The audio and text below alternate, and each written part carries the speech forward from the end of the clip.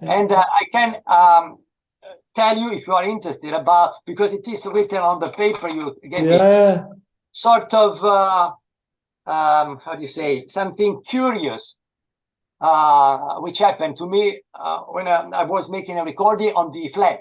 Yeah, what your story? Yeah, story now. Do you know this piece of Pilvester, les anges rebelles? Yeah, Something like that. E flat, B flat, and piano. Yeah. And I made a recording with my sister. Also, my sister can play E flat very well. Very well. She played with the Mahler Jungle Orchestra. With a band. You know, she's very good, very talented. Maybe more than me, maybe. I don't know. Yes.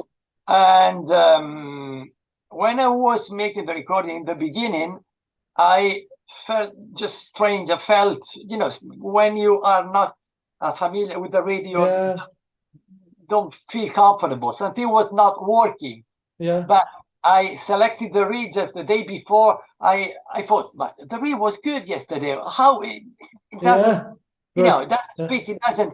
And I discovered there was a crack on the mouthpiece. A small crack, small. What could I do? So I just I took a piece of paper. How do you say? Tape. You know? Tape. I put on the mouthpiece. Right? I covered it with the tape, and it worked. Wow! So you had good luck, huh? Very risky. You know. It's really... I must say that I have many wooden mouthpieces for the also for the bassoon or the B flat, and some of them are cracked, and some of them are very good mouthpieces, very good. And I use only for the recording, only. Because they're very risky. I'm not able to you know, to play a concert, and who knows. And for how long? And how was your preparation for the CDs? Did you learn the pieces by memory, or how was your system like for the preparation before the CDs? Or how long did you start before? I mean, if you talk about this Pilvester, it's not really so difficult. But in general, like for all your... okay, when I recorded the D clarinet piece, Pessina, for the D piccolo clarinet and ottavino, piccolo flute, you know, and I was practicing months before, I think 6 or 7 months before, at least. By memory, without the clarinet power? Some passages, only some passages. Okay. Because, of course, you must be well prepared with the fingers, with the mind, and you don't need only a few days, but some months. Okay, interesting. Just to get you know, in touch with the right sound, the sound of the D clarinet. You know. I understand. You know better than me. I mean, so. No. I want to know your experience. Because you are playing so often. Yeah, I play very often, and I also asked myself, like in Italy, like are the high clarinets also used outside the orchestra? Are the high clarinets? You told me that they play like the A flat clarinet. They play in the military band. Yes. And are they also played like the high clarinets in jazz or somewhere else? Do you know if there are groups or? Is there folk music where they play the high clarinets, or? I don't know, but in jazz they play B flat, A clarinet, maybe C clarinet. Okay, C clarinet is very popular in Romagna. You know, Rimini, Riccione, because there are many bands of we say ballo liscio. You know, the kind of popular ballet. mazurka, puttata, and the clarinetists are virtuoso players. They can play with such a fast staccato, just amazing. Sound is just like trumpet. Okay. But technique is amazing. I have to show you something very interesting. Yeah, let's show me. I found in internet, but I knew just about this one. Let me see if I can find it. Okay, so maybe last time I was talking about Raffaele Annunziata, who was a E-flat clarinet player from Radio Orchestra of Turin. Yeah. Was quite well known in Italy because he was maybe the very last player from the Napolitan clarinet school using the reversed position of the reed, Okay. And can you see this? Yeah, now I see it. Yeah, I see. Yeah, I can see reversed. Yeah, wow. Yeah. Wow. And this photo was, I think, taken in the 70s or 80s, I think. Okay. He was still using Müller system clarinet. Müller, I mean, not Euler, but Müller system, I think 13 keys. Okay. With crystal mouthpiece. Okay. Reed on top. Okay, wow. Incredible. It's really crazy.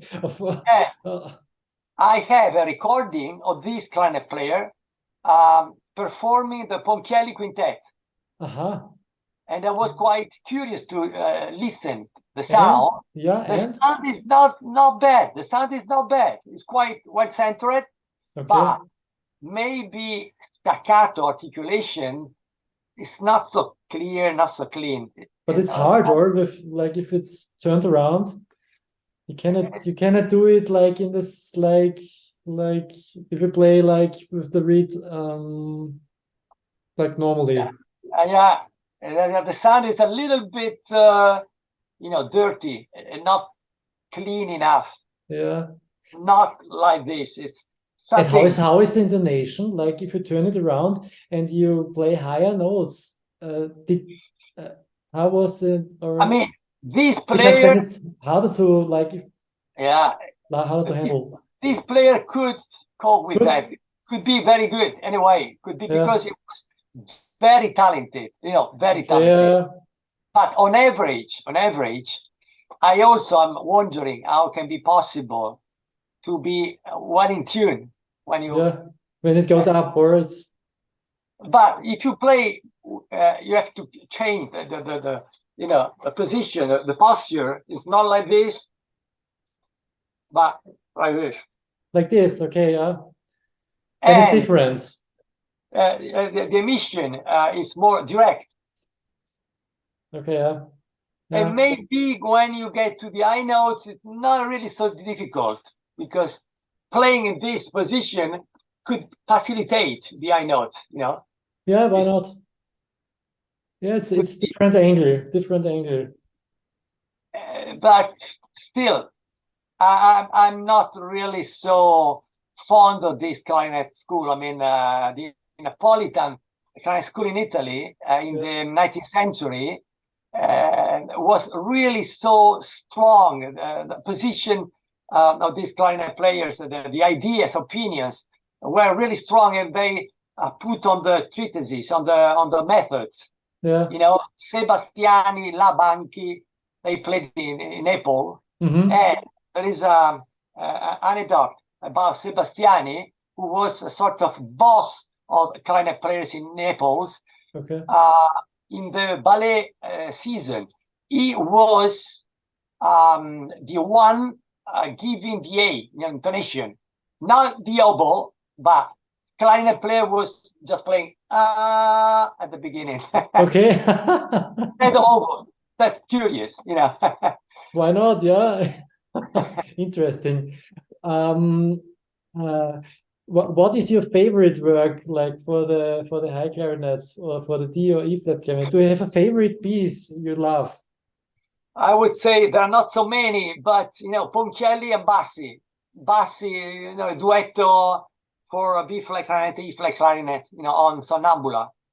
Also Sonambula, yeah. Did you play it often? Did you play it often? I played it some concerts, yeah, also recording, yes, in the past. And on the German system, I think, yes, on the German system, I was practicing a lot.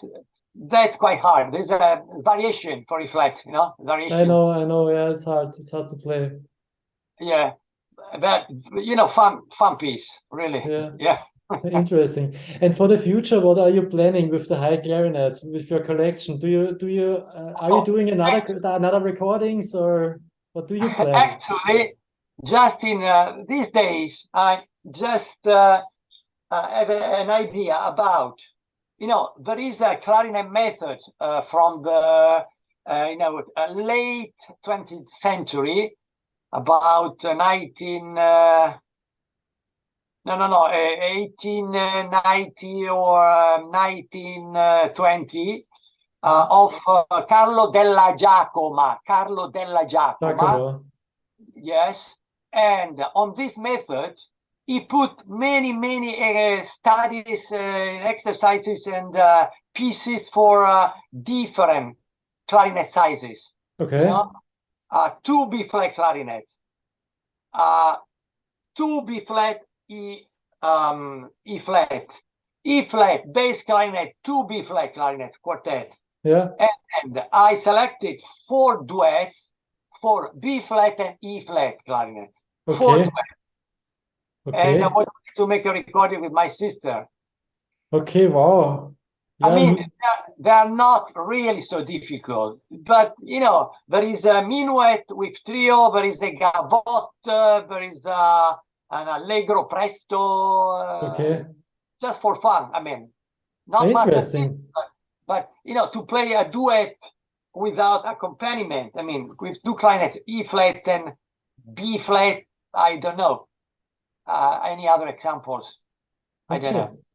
Very interesting. It sounds like an interesting project. Only for us. Maybe I will put it on, Halidon. Yeah, Halidon. Yeah. Halidon. I put some single tracks. Okay. Yeah, I have to look for the recording in the future.